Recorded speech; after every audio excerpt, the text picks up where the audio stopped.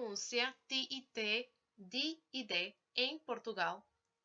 Esses sons em Portugal são pronunciados como se escrevem. Dependendo do falante, às vezes o E das palavras terminadas em T e D é pronunciado menor, como se só pronunciasse a consoante T e D. Exemplos: leite, universidade.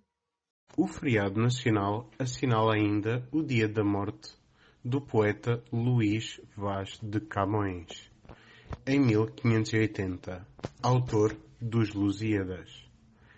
Do programa do Dia de Portugal fazem parte muitas atividades, como desfiles militares, por exemplo. Este é o Dia da Língua Portuguesa e do Cidadão Nacional.